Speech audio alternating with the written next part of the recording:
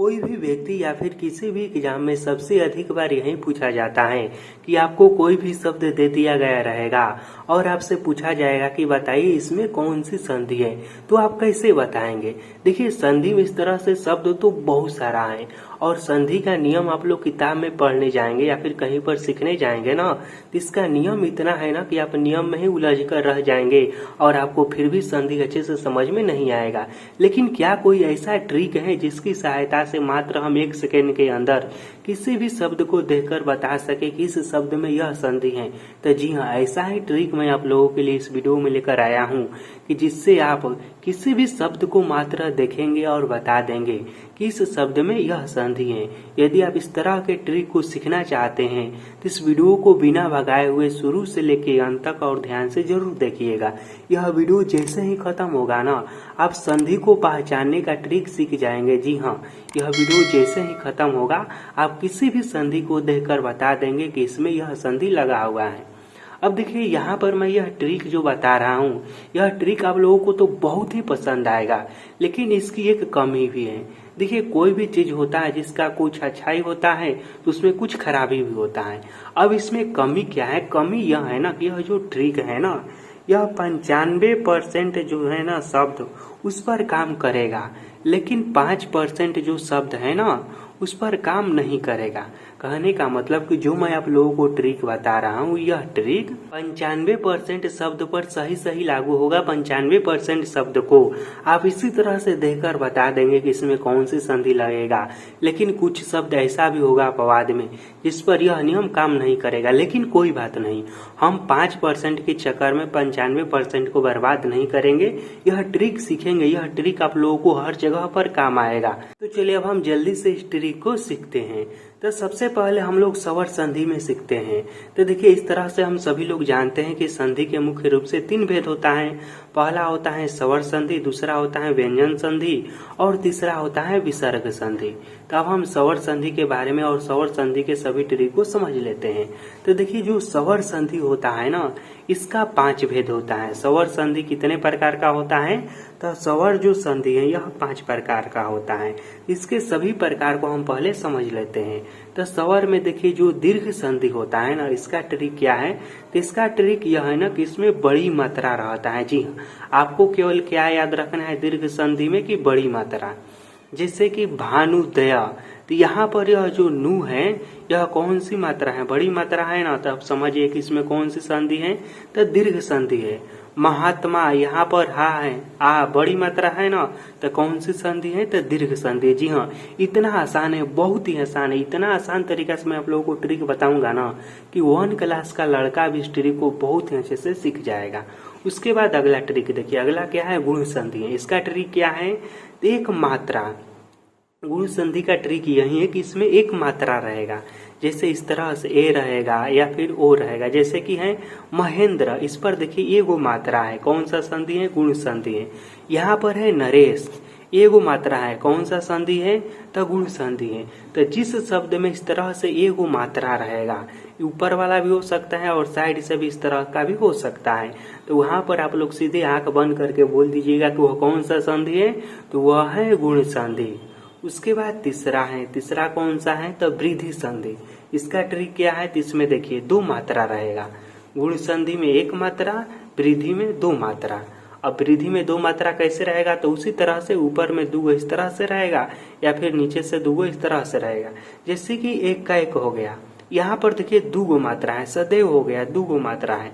2 मात्रा है तो कौन सा संधि है? यह है वृद्धि संधि। जी हाँ, यदि आप लोगों को ट्रिक अच्छे से समझ में आ रहा होगा और वीडियो अच्छा लग रहा होगा, इस वीडियो को लाइक कीजिए और इस ट्रिक के बारे में अपना कमेंट जरूर बताइएगा। उसके बाद अगला संधि है यण संधि। यण संधि क्या है? तो देखिए, इसका ट्रिक यह है ना कि य व र के पहले आधा शब्द आए। जी हाँ, यदि किसी भी शब्द में य व र के पहले आधा शब्द आता है ना, तो आप समझ जाइए कि वहां पर यण संधि है। जैसे कि देखिए, यहाँ पर स्वागत, यहाँ पर व के पहले क्या आया है? आधा शब्द आया है। यह जो है ना कह रहा है ना आधा शब्द, तो व के पहले आधा शब्द आया है ना स, यह कौन सा संधि हो गया? यण संधि हो गया। उसके बाद इत्यादि देखिए, य के पहले आधा शब्द आया है, यह है ना, यह के पहले आधा शब्द आया है तो कौन सा संधि हो गया, यण संधि हो गया। तो यण संधि का ट्रिक क्या है कि य व र के पहले आधा शब्द आता है तो यह सब यण संधि होता है। इसके बाद अगला है कि अयादि संधि क्या है। तो देखिए इसका ट्रिक यह है कि इस तरह से ए का मात्रा, है का मात्रा, ओ का मात्रा और औ का मात्रा नहीं हो। जिस शब्द में इसमें से कोई भी मात्रा न हो वही होता है अयादि संधि। जी हाँ, देखिए जैसे कि पवन हो गया, इसमें इस तरह का कोई भी मात्रा नहीं है ऊपर नीचे वाला, यह सिंपल इस तरह से शब्द है। कौन सा संधि है, यह अयादि संधि है। यहाँ पर नयन हो गया, नायक हो गया, यह सब कौन सी संधि है, यह सब अयादि संधि है। और इसका खास गुण एक यह भी होता है ना, यह मुख्य रूप से 3 ही अंकों का अधिकांश होता है। जी हाँ, इसका एक ट्रिक यह भी हो सकता है कि यह जो अयादि संधि होता है ना, अधिकांश 3 ही अक्षरों का इस तरह से होता है और इसमें इस तरह से ए, आए, ओ, औ वाला इस तरह से मात्रा नहीं होता है। उसके बाद देखिए संधि का जो दूसरा भाग होता है वह है विसर्ग संधि। अब विसर्ग संधि का पहचान क्या है, तो देखिए इसका ट्रिक बहुत ही आसान है। इसका ट्रिक यह है कि शब्द के बीच में यदि विसर्ग आ जाए या फिर आधा स आ जाए, यह वाला देखिए स जो होता है ना, यह 3 तरह का होता है। एक यह वाला स होता है, एक यह वाला और एक यह वाला स होता है। इसका पूरा रूप भी आप कहेंगे तो मैं यहाँ पर लिख देता हूँ। देखिए यह वाला स इस तरह से लिखा जाता है, यह वाला स इस तरह से और यह वाला स इस तरह से लिखा जाता है।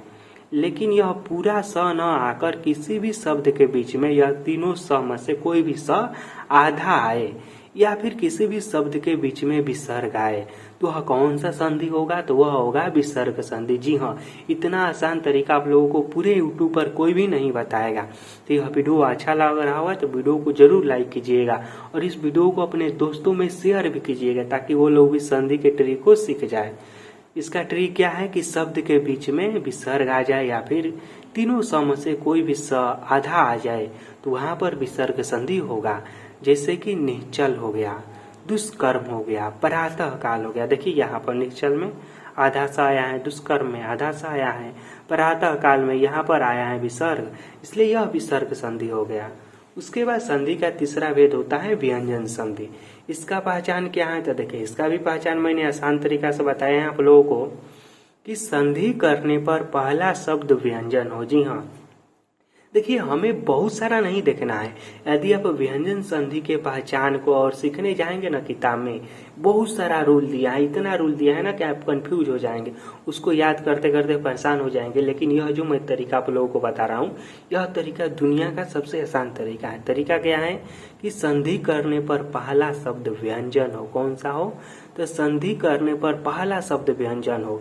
हमें केवल पहला शब्द पर ध्यान देना है, आगे पीछे क्या है कोई मतलब नहीं है। संधि करने पर पहला शब्द यदि व्यंजन आ रहा हो तो वह व्यंजन संधि होगा। जैसे कि दिगंबर है, दिगंबर को हम संधि विच्छेद करेंगे तो दिग प्लस अंबर आएगा। यहाँ पर पहला शब्द देखिए, पहला शब्द क्या है, क व्यंजन है, इसलिए यह हो गया व्यंजन संधि। जगदीश हो गया, जगत प्लस ईश, इसमें पहला शब्द देखिए व्यंजन है, तो क्या यह कौन सा संधि हो गया, पहला शब्द व्यंजन है तो व्यंजन संधि हो गया। तो इस तरह से हम बहुत ही आसानी से कोई भी शब्द देकर बता सकते हैं कि इसमें कौन सा संधि लगेगा। और हाँ देखिए, मैंने आपको शुरू में ही बता दिया है कि यह जो मैं आप लोगों को ट्रिक बता रहा हूँ यह 95% शब्द पर काम करेगा, 5% पर काम नहीं करेगा।